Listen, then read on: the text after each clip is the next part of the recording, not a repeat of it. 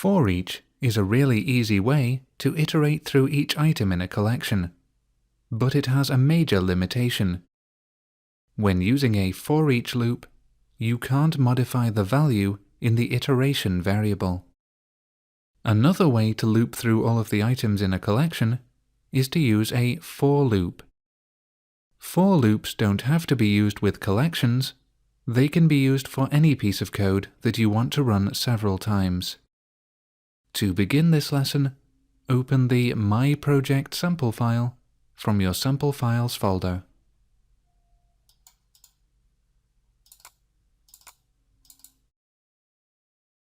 And open calculatorfunctions.cs. Now you're going to create a new method that will take a list collection containing int variables and add an int value to each item in the collection.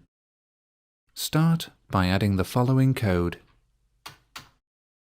public static void add to numbers int amount to add list int numbers.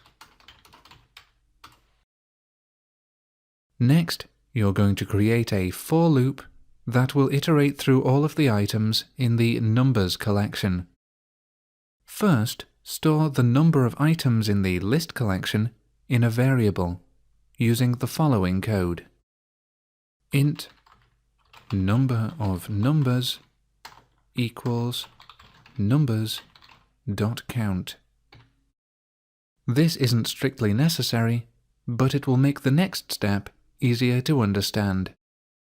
Add the following code on the next line: for begin brackets int counter equals 0 semicolon counter is less than number of numbers semicolon counter plus plus end brackets begin curly brackets end curly brackets. This is the for loop.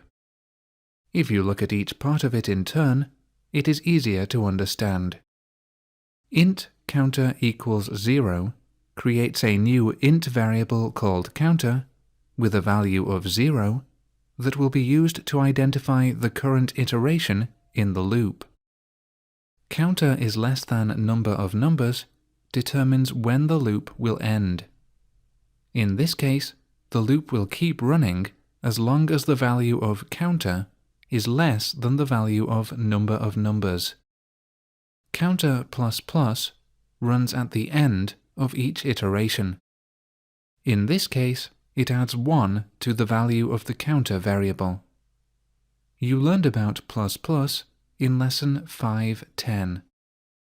Any code placed between the curly brackets will now run as many times as there are items in the numbers collection.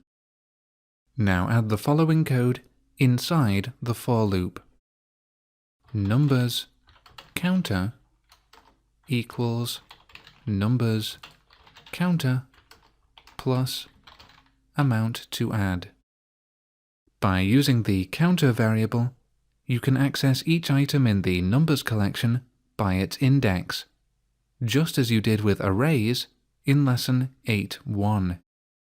Here you're adding the value of the amount to add variable onto the value of each item in the numbers collection as you iterate through the collection. Finally, you're going to test the method on the calculator.aspx page. Open the code behind file of calculator.aspx and add a new line after the list int list to total line. Now add the following code: calculator functions dot add to numbers 10 list to total.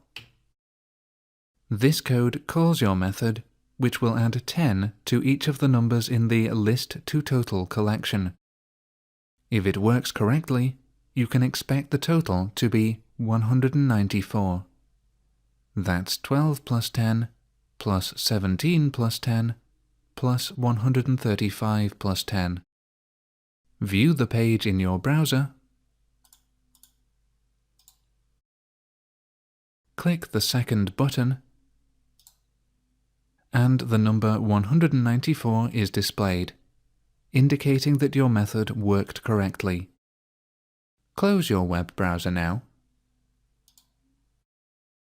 And you might have noticed that the add2numbers method was able to change the values in list2total, even though the method doesn't return a value.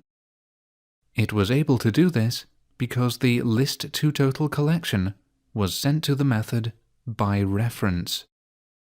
By default, all of these simple variable types, such as int, string, bool, and double, are sent to methods by value when they are used as arguments. Some variable types, such as list collections, are sent to methods by reference when they are used as arguments. The reason that the add2numbers method was able to permanently change the values in the list2total collection was because the collection was sent by reference. You'll learn more about sending variables by reference and by value in the Expert Skills course in this series.